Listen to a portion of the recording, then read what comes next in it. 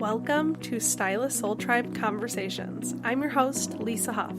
Over the last 5 years, I've coached hundreds of hairstylists and beauty industry professionals, helping them work their dream schedules exclusively with their dream clientele and earn their dream income, all while fostering genuine connections and lifelong friendships inside the beauty industry. In this podcast, we dive deep into abundance, manifestation, business building strategies, and creating a life that you are truly proud of, both behind the chair and at home. Are you ready to embark on a journey of personal growth, success, and sisterhood? Then hit that subscribe button now and get ready to experience the pure magic of Stylist Soul Tribe Conversations. Welcome back to Stylist Soul Tribe Conversations. I'm your host, Lisa Huff, and today we have a very special episode that I've been so looking forward to. Joining us are two amazing guests, co-host of the Messy Hairstylist podcast, Kelsey and Abby. Welcome to the show, ladies. Thank you for having us. Yay. Yes, We're so excited to be here. I'm so excited that you guys are here. I reached out to Abby on Instagram as I do my regular awareness pitches. I love having this podcast as an opportunity to interact with other industry leaders, people who are doing big things. And I got connected with you originally, Abby, from my remembering is back in Clubhouse days. We were in a few Clubhouse rooms together. I followed you for a while. And as I was just kind of skimming the industry podcasts, I came across your guys' podcast. And that's what caused me to reach out. We were just chit-chatting before we hit record, and I was telling these ladies that I'm so impressed by the way you guys have come together as podcast hosts. I'm dying to know your guys' story, because Kelsey was saying you guys don't even live by each other. You live 2 hours away. And so I'm just dying to hear how this relationship has started, how it has formed. I've been binging your content and already, falling in love with it. So I don't know who wants to go first, but whatever feels appropriate, just kind of your story coming into the industry, other story coming into the industry, and then when did your worlds kind of collide, and how did the Messy Hairstylist come about? Okay, well, I want to start with something. Okay. Abby, did you not love the way she started her podcast? Just so okay, we're back. Yeah, I know. We're back. Put way too much thought into it. We sit there and we come up with the weirdest intros every time. Yeah. Well, it is hard to start. Where do you begin? How do you dive into it? How much time do you waste? It's a total cold sentence, open. Yes. My first sentence or two is always scripted, and then from there's no script. But that just when someone clicks listen, you can't be too messy, or else they're not gonna stick around. So but we at least are entertaining with stupidity, is what we are. Sure. Hell yeah, we absolutely are. Yes. All right, Kelsey, why don't you start? Tell me your story. Okay. Well, I've been in the industry for almost 15 years, which is hard to believe. So I started in North Carolina and ended up back in Columbus, Ohio, took on a suite of my own, eventually opened up a 6-chair salon. Wow. I have stylists who rent from me and love it. And then I got into Sunlights. So that's where Abby and I connected through Sunlights Balayage. We have taught classes together all over the country. We just kind of connected in that way. I am a mother of 3. So I have a 15-year-old, a 9-year-old, and a 2-year-old. Wow. They keep me totally busy, especially because they're all at different ages and different life journeys right now. So Totally. Yeah, it's been busy times, but really, I just have found throughout my journey as a hairdresser that I love teaching. I love giving back to the next generation. And I just like talking about what's going on in our industry. So this podcast has given me so many opportunities to do that and to just grow in the industry. Amazing. Okay, so now this is what I do. I ask for you to tell your story, and then I interrupt you 15 times because I'm curious. So you kind of brushed over. I had my own suite, and now I have a 6-chair salon, which is not an easy thing. It's that easy to accomplish. So what year was salon ownership? What was that journey like? Well, okay. So I did a couple of different suites. And then in 2019, I opened my salon. So I actually have a clothing boutique as well. And the clothing boutique and the salon are attached to each other. So you have to walk through the boutique to get into the hair salon. Obsessed. And yeah, it's really cool. So we opened up that part, the boutique part first. And then 6 months later, we're able to open up the salon. And then COVID hit. So literally I opened up my salon 2 days before they shut us down. Gosh. Mm-hmm. Yeah. And I had invested all of my savings into building out a brand new salon, everything That's I terrifying. had. It was horrible. And sometimes I look back and I think like, wow, how did I even manage that? Like, How did I pull that off? how did I come through on the other side of this? So yeah, it was wild, but it's been going strong for how many years are we at now? Almost Coming up on 5 4. years, Yeah. right? 19. Yeah. So I mean, it's Yeah. just like it's crazy how time just flies. Even when you said like you guys have been doing this for a year and a half, I'm like, really? Has it been that long? And I feel like Mm, I lost half my life during COVID. I'm like, what day is it? What happened? Where yeah. are we? So it's been a really cool experience and I have learned a lot from it Mm, as far as like what I want out of a salon and how to grow other hairstylists and how to grow myself in a salon with 6 yeah. other stylists. Wow. And the one that's a lot. Being a mom, being a salon owner, running your own behind the chair business, you guys decided to have a podcast together. So I guess now let's jump over to Abby. Tell me a bit of your story. And then I know it was Sunlights that kind of brought you guys together. And then I want to hear the rest of that. Yeah. So I mean, I've been doing hair for, I don't know, 17 years, maybe 18. I lose track, but You don't I look started old out. enough for that to be the Oh, case, well, but thank okay, you. I Oh, my believe you. birthday's next week too. I turn 41 next week. Wow, happy Oh, birthday. Thank you. So I started out, I went to an Aveda Institute. So I really was in the Aveda world for many years. I started out in a commission salon, moved from Columbus area, didn't know Kelsey then, to where Mhm. I am now, 2 hours away, worked at another commission Where Aveda are you right salon. now? I'm in near Canton, Ohio. Okay, so So both of you are south in of Ohio. Akron. Yeah, we're Okay. both in Ohio. Yeah, We're all south of Midwesterners, but different time zones. I'm in Illinois, yes, central Illinois. Keep going. yes. nice. So I worked in commission salons for a good 5 years or so, and then decided to make the leap into opening my own suite. And this was before Suite Life is what it is now. Nobody Mm-hmm. did it. Online booking was very, very new. Nobody did that. The salon I worked at didn't have a website or a Facebook page. There wasn't Instagram for business back then. It was just a different world, right? Yeah. And so I went all in with opening a suite. And within 2 years, I ended up renting out 3 suites and Wow. running a full-blown commission salon out of those 3 suites. Wow. And we were there for about a year. And then I said to my husband, I said, we need to move. We need to get into an actual salon space. He's like, all right, let's go find some places to rent. And I said, no, I want to buy something. Oh, I And he love said, that. with what money? I'm like, I don't know. With Like a we didn't have the money mortgage, for that, honey. Yeah. So we figured that out and we purchased a building. Gosh, it'll be 11 years this year that we purchased that building. And I ran a commission salon out of there for a long time. And I transitioned over to rental.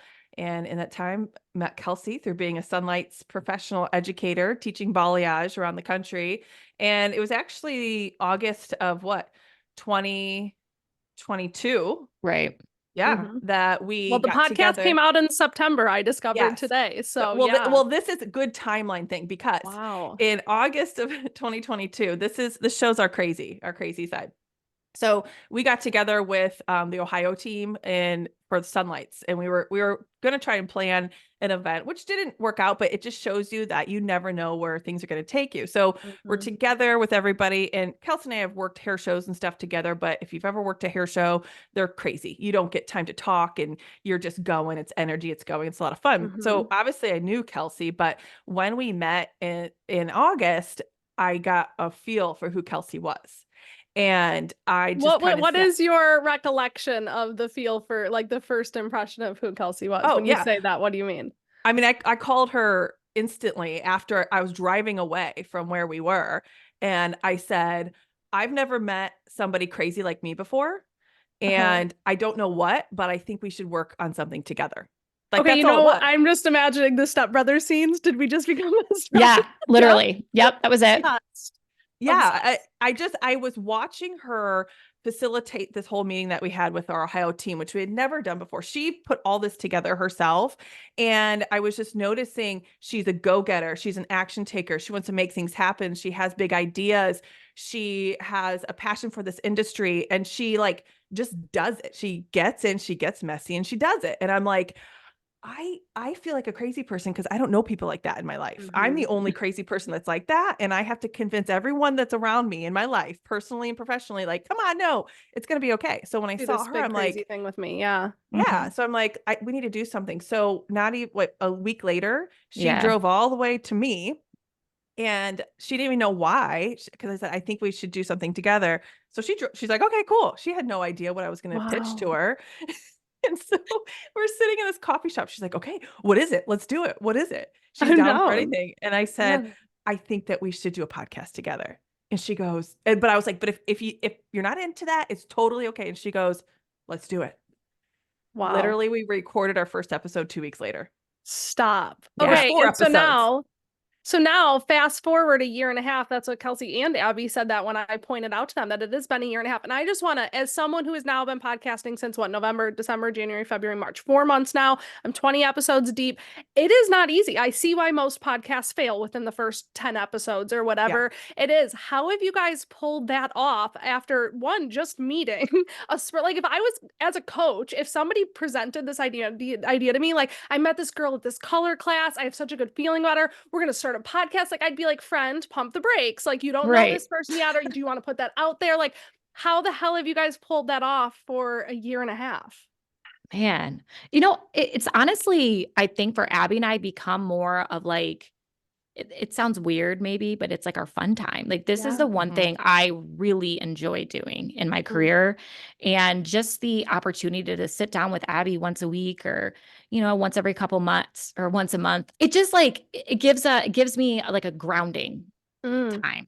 And she and I have become really good friends through this. And we have been through some major life changes in the last year and a half. And it's been a lot. We've just become each other's support system. It's almost like having a built-in mentor in a friendship version. Yeah. So I know I understand it is hard work. The podcasting is a hard work, but like somehow we've made it seem more like fun So than fun. work. Well, let me just point out this too. Like if I have friends that I really want to stay in touch with, I'm one of those people where time does get away from me. I'm like, shit, I haven't called that person in 3 months. It's almost like accountability to call your bestie and then just record it and check in with each other. And I think that's so cool. And I think that's why it does well. And I think the reason also that we kept going is it just started to do so well right off the bat. Right. And the So why feedback not? that we had and the audience that we were gaining and people, I mean, that's what keeps you going. It's like we show up because we love it and it fulfills us, but then we're getting feedback on how much it's helping other stylists, even when we talk about some stupid, crazy, funny things on the podcast, even just making people laugh. That is what keeps us, I think, like coming back too, is that. I love it. And like I said, I went and listened to episode 1 because I just want to hear, like, what are the roots? Are you guys going to share? Do you work together? I didn't get any of that, but you guys really went into We didn't even like share that. how you came up. No, you didn't. I don't think you shared how, unless I missed it because I was multitasking. I'm sure it's in there somewhere. I don't, Another episode. But I think you said through sunlights, but I didn't know what the dynamic was, or that's why I told Kelsey too. I didn't know if you guys were going to come on and be in the same room together or not. You talked on the first episode about how you came up with the name, the Messy Hairstylist, and I related to that so well. It was like raw, it was real, it was figuratively and like physically, mentally. Like, what does that mean? I guess I heard what it meant a year and a half ago to both of you, but like, does that still really ring true to the message that you're trying to share? And like, what does that mean to either of you? I guess Kelsey, I'd love to hear from you first. Like, Gosh, that is such a good question. I love the way you formed that question and thought about it. And I really do think it still rings true for us. You know, it's so great to go back and listen to our first episode because it was messy, like all over the place. The audio was horrible. We were like trying to record in this like place we thought was going to have great acoustics. It was horrible. Like our mics didn't work. We were using it off the computer, but we were such firm believers in just do it. Even if it's not perfect, just do it, put yourself out there, and you can always adjust in life. I think we have done that throughout this last year and a half in so many other situations outside of just this podcast. Like, put yourself out there, try this. If it doesn't work, it's going to be okay. And you learn something. You learn something. And we have always tried to be so authentic and so real in what we talk about. Sometimes our discussions and our topics can be a little bit like, I don't know if we should talk about this, but we're going to do it. Yeah. But it's so funny because the weirdest episodes are the ones we get like the most feedback on. We're like, this is going to be, this is not a great episode. And everybody's like, that was so good. I can't believe you talked about that. We're like, and we almost didn't put it out there. But so it does. And we try to stay true to that original message of that, you know, imperfect action is better than no action at all. Mm. I love that so much. I always, a phrase that I always say in my mastermind and with my members and stuff, I read years ago, I don't know how much you guys are familiar with my story or not, but years ago I read the book Big Magic by Elizabeth Gilbert. And long story short, I've said this story a million times, but in that book, she explains this concept of like ideas are energy and they float around in the ether and they find a person that they want to bring them to life, and they'll sit there for a little bit, and if you aren't going to bring that idea to life, then it's going to leave you and it's going to move on to someone else. And that landed with me. So, I mean, you should read the book. I'm really, running through it quickly and not giving it what it deserves. But I was reading that book, and the idea of my mastermind that I have, which we'll talk about on your guys' episode, Stylist Soul Tribe, came to me. And I just, in that moment, recognized that, like, if I don't do this now, someone else will. And not in a scarcity way, but in this way where I just like received it and I was so like grateful for it. And so I always, it's like coined the phrase that I tell everyone: fast, messy action. Because you're gonna hold yourself back with perfectionism, and you're gonna double, triple, million times think about it, sometimes for years, doubting yourself before you just try something new and go out there.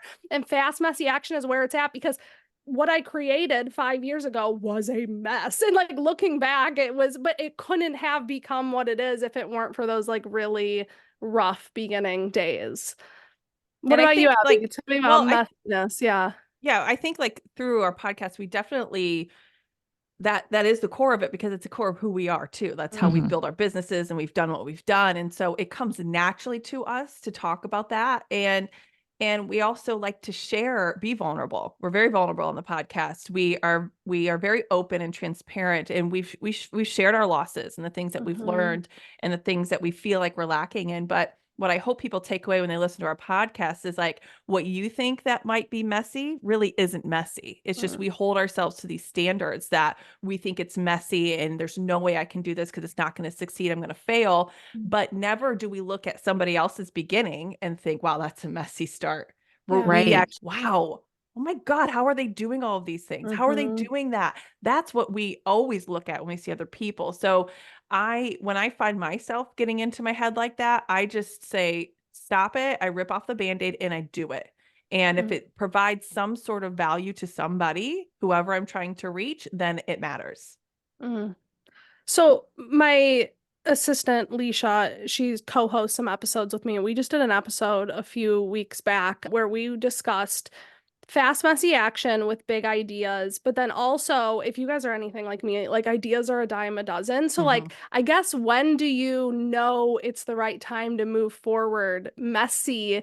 And when is it like, oh, I need to chill? Like, I even listened to your most recent episode where you were talking about getting an assistant, and like listening, you guys like hash that out. I guess, what is that level of like move forward, even if it's messy? Or like, how long do you sit in that planning period? Obviously with this, you just knew it was right because it was a month and you guys started this podcast. But do you have any feedback on that? Because I think everybody's takes on that is so fascinating. Yeah, I love that question, because I know both Kelsey and we've been caught in the taking action on too many things because we have the great idea and overwhelming ourselves, and then having to set something aside and having a lot of guilt and shame over that. But I think, and I know I'm always learning and I'm getting better at that. But I don't know, sometimes you are going to take on something that is too much for you. And that's okay, because you're not going to know unless you try.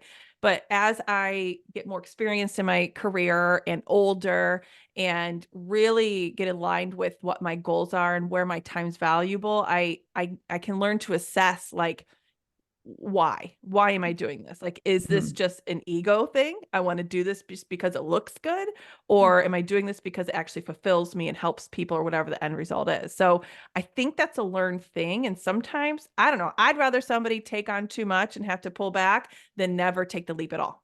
Yeah, I actually 100% agree with that. Like Abby said, we have both had failures and growing experiences, but I have learned in the last probably 3 years more about the difference between a good idea and just an idea. I don't think any idea is a bad idea, but I think, and the way that I kind of evaluate that is based on my time and how I'm able to most important to me is the kids. So I want to be able to spend as much time as I can with my kids. And I lost a good year trying to invest in something that didn't pan out. And I look back on that time and I'm like, oh man, it's just because an opportunity was presented to me and I jumped into something not fully ready for it, which is great. I'm glad I did it because I learned a lot from it. Yeah. But now I start to look at things a little different. Like, how much time is this going to take away from them? And is the value worth it? And I kind of play it out that way. But I don't think there's anything wrong with vetting out an idea and looking into an idea and kind of it's not seeing there for nothing. Yeah. right. Like if something comes to me and I'm kind of thinking about it, I start researching. I start getting in the planning stages, not fully committed, but getting in the planning stages and kind of seeing how that feels. Looking at the numbers, what the time's going to take, how much I'm able to make, or if I'm not going to make money off of it, what value is it going to, like Abby said, what value is it going to provide to someone else? Is that worth it? So I've become a little more methodical in the last few years about the things I take on. And it's actually a really good feeling. It's a really good feeling to be able to decipher the difference and give myself the grace to be like, you don't have to do everything. Yes. And I don't know if you relate to this, but it's almost like whether it's age or maturity or success, who even knows what the factor is that changes this. But I think back to like earlier days when I didn't really have anything super solid I was standing on career-wise. There was so many ideas and I wanted them all. And I agree with what you're saying. Once you build a level of like, I'm really happy and content with this, then an idea is like, does this shake what I'm happy and content with? Or is it like your radar of like what feels worth it and what doesn't gets, changed because of that. So I guess just because, go ahead, were you going to say something? Well, I was going to say, like, I think when we are starting out in our careers and we have all these big ideas and we haven't really built, I don't want to say success, but you think that you want to be right. Yeah. Or you look at things, you're like, I want to be like them. I want to be like them. I want to do this. And as you start to do these type of things, you're like, gosh, this is miserable. Like, why? I don't want to do that. I think you get to this really cool place where you realize, what actually makes you happy. And it's just a cool feeling to like get to that sense of peace. And I think a lot of it is perception from things that we see on Instagram or we're seeing other people doing, and this feeling of comparing ourselves to other people and inadequacy.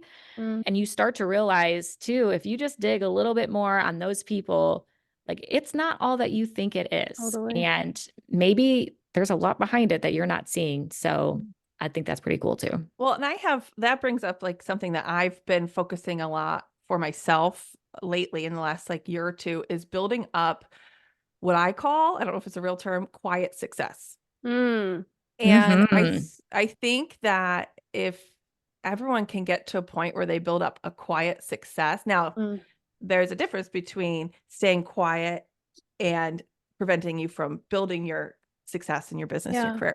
But having a quiet success means exactly what you were explaining, Kelsey, is having this core foundation in your business, in your life, your lifestyle, where you're at financially, what your workflow looks like, and taking it to a foundation that's like, if this is my rock bottom and other things fall apart, I am so happy this is my quiet success, which that means is like, you don't have to be showing the flashy success on the outside. You don't have to have all the followers on Instagram. You don't have to scream for the rooftops that you're a 6-figure hairstylist. You can just build that foundation for yourself. And that's, we got into this topic of how do you know what you should go for and what you shouldn't, when you should pull back and stuff. The three of us have the luxury of having a solid foundation built. To where we can say, let's just try this out. Let's just see if this works or not. But when you're in the beginning of your career, you need to be focusing on that foundation. And so you have to stay the course. You have to stay focused on getting your foundation in your career and financially, so that you then can find something that may be more fulfilling and adding value. And so I think finding that foundation is finding your quiet success that nobody even needs to know about, Yeah. I love that. I've never heard quiet success. I think that is new to you, but I think I have a similar concept in my head, and I every once in a while will go through this. Hang on, I have to cough. Oh, sorry. every once in a while I'll want to go through this because I'm someone who's like always striving for more, wanting to do more. Like that is who I am. That's clearly who you guys are with what the lives Yes. you have built. But it's also 1000%. this very fine balance of like push and then coast and then push and then coast. And what I call it is practicing contentment. And I'm kind of the same on the macro, like big picture. Things are so good and things are so solid and I wouldn't change a damn thing. And like I can tap into gratitude and just be like, holy shit, like this is actually my life on the macro. But then on the micro, it's like these little extra pushes that kind of take you to the next level, but they all come in their right time and when they're supposed to. And I just want to go back to when you guys were saying that the episodes that you think are the craziest or the messiest or the most out there, anybody I know, and that's why I also love doing these podcasts and bringing these stories out to people, anyone I know that has any level of success that I've ever found attractive or like envy worthy, they will admit it is a fucking mess. It is always going to be a mess. It's a mess over here. And I think I just love these conversations. And I think that's why it took off so well with you guys. And it's going to continue to serve you really well forever, is just giving that peek behind the scenes, because you guys can have what some would deem as success. And if you wanted to change your entire content strategy to like 6 figures and it's all about this and like here's what I'm doing, you could, but like here's the real truth behind it. And isn't it so much more fun to talk about that than to pretend? Okay, so I love that you say that because that was like one of our huge conversations in the beginning and still currently. Like we hate the 5 steps to become a 6-figure hairstylist. Like that's all clickbaity. That's all selling a dream, things like that. And it's like, you don't need to, if you skip step 3 of success, then you can still get there. It might just be a little curvy and a little longer. And so, because that's how we've gotten there. If we would have tried to follow the linear path, we totally would not have anything that we have right now in our career. Can you imagine me trying to follow a linear path? No. You know what that word means? Not Hurricane Kelsey. No, I'd be like squirrel. I need to go over there. Like, not gonna work. Yeah. And then here's me. I see the linear path. I know what it is because I like knowing that. I'm also going to try to fit in a couple of other things into there too. And I just couple little pit stops along the way. Exactly. Right. I love it. Okay, so you guys are a year and a half into this. You didn't even know that. Maybe you don't know this because we just said like you don't know what's ahead, but like I'd love to hear, just because I'm getting to know you in real time as well. You obviously are both salon owners. That keeps you busy as hell. You're both educators for Sunlights. You've got this podcast. Like, what's the future? What's on the horizon? What are the goals? What's the vision? I know I don't love sharing that either because it's like, oh God, I don't know. Like, I don't know if I should speak something, but like, where are your guys' heads at with like, here's where I'm striving for, but also again, in the macro, I'm so content and this is beautiful if we coast here for a while. Well, I think Abby and I are very similar in this phase of our life right now, that we have kind of rebuilt, recentered, refocused, and both kind of realized that we have an innate desire to educate. And that is what we want to do. So both of us are kind of refocusing our energy into that, but then we're going to collab together. So we have some plans in the next year to do a class together. It's going to be like a big mastermind class. It's going to have a lot more than just technical skills, and it's going to have all the things to it. Abby, why don't you tell your side of it? Tell them a little bit more. She's like, I don't know how much I'm allowed to say yet. I know. You said. Yeah, that's what we want to do. Basically what we want to do is take our podcast. So we're not going to take it and turn it into this other thing. We just want to keep it going, keep it growing, reaching more people and connecting with more people. And so basically we want to take the concept of our podcast and be able to do it in person with some people. So we're going to bridge together some technical things, but also business and conversations. And we're going to launch it in the fall. Yep. And we're going to start with one class, and then we would like to take it on the road. And so you think that'll be in Ohio, that first class? Yes, probably? The first one will be in Ohio. Yes. Well, I'm going to be anxiously awaiting on the edge of my seat, and I'm sure everyone else, now that they're hearing that, and just like, do you know what it's going to be called yet or no? Because I'm just like, you need to play into the mess of it all. We do. We have all of it done. We have it all branded. It's ready to go. So fall is just when it works with life, or what? We were going to do it in the spring, but then life was crazy, so we had to push it back. For sure. Yeah. Our kids all play soccer, so what's the name of the class? Go ahead, Abby. Okay. It's called the Blonde Catalyst Tour. Ooh, I love. Well, I know, again, you guys will get to know more about me. I run a mastermind for hairstylists. I've got roughly around 100 people in my mastermind, and there is so much business education. All my people are obsessed with that, but they're also like craving technical education. So I think you guys are like right on par Yes. with that. I think we have all been it's this pendulum, we go one way or another. For the longest time, it was all Mhm. technical. There was no business, but now we're all like, oh my God, everybody stop telling me how to live my life and run my business? Right. And we're wanting to get a little Yes. bit more artsy fartsy with it. So Yeah. I will definitely be awaiting that. Is there anything you guys would like me to include in the show notes, or any other thoughts before we start to wrap up of how people can stay in touch with you and stay in your world? I mean, we I would just love for you to put on our Instagram handles and Will obviously how do. to find our podcast. Mhm. I can do yeah, that. like just if anybody is feeling like they need some like relatable hairstyles conversations, or if you need to laugh, you need a little inspiration, then just go check us out on the Messy Hairstyles podcast, because y- we get so much feedback that our listeners feel like we're their besties. Like Oh, we I just are love it. that they're besties. They're in the room with us. They already know us, and we love that. And we Mm. would love to meet more stylists like that. Amazing. Well, we will be heading your way. Thank you, ladies, so much. It was so good getting to know you. Hopefully, this is the first of many and we continue to have awesome conversations. I'm loving just getting connected with other leaders and educators and things like that. Thank you, friends, for listening. Check out the show notes for everything that we discussed. I will make sure to link everything, and I will talk to you all next week. Bye.